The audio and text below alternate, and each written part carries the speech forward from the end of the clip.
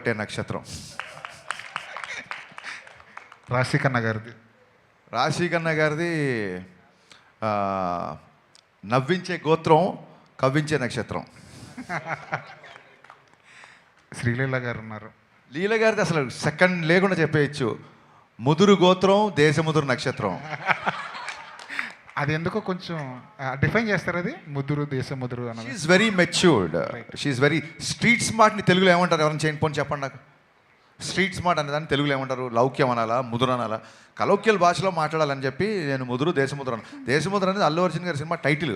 Super. Bad word అయితే title ఎందుకు పెడతారు? సరితే కదండి. లీల గారు మీరు ఒప్పుకుంటున్నారా? ఏమండి నవీన్ గారు? సరే, మీది ఉంది కదండి. అందమైన గోత్రం లీల గారిది. అందమైన గోత్రం, ఆహ్లాదమైన నక్షత్రం. మరి మీది? అదండి సార్, సినిమాలో రాశాను, నా అభిమానించిన హీరో అలా అన్నాడు కాబట్టి నేను ఏం మాట్లాడలేదు. కానీ ఇచ్చిపడేసే గోత్రం మీది, ఎరగదీసే నక్షత్రం కూడా మీదే.